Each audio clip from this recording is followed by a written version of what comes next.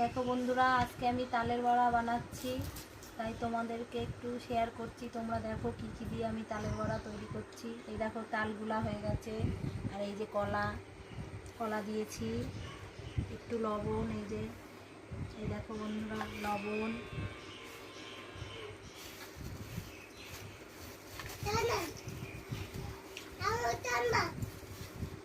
এই যে ময়দা দিচ্ছি।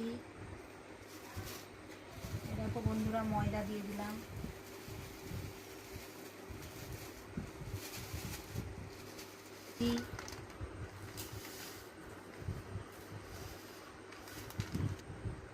আমল দুধ,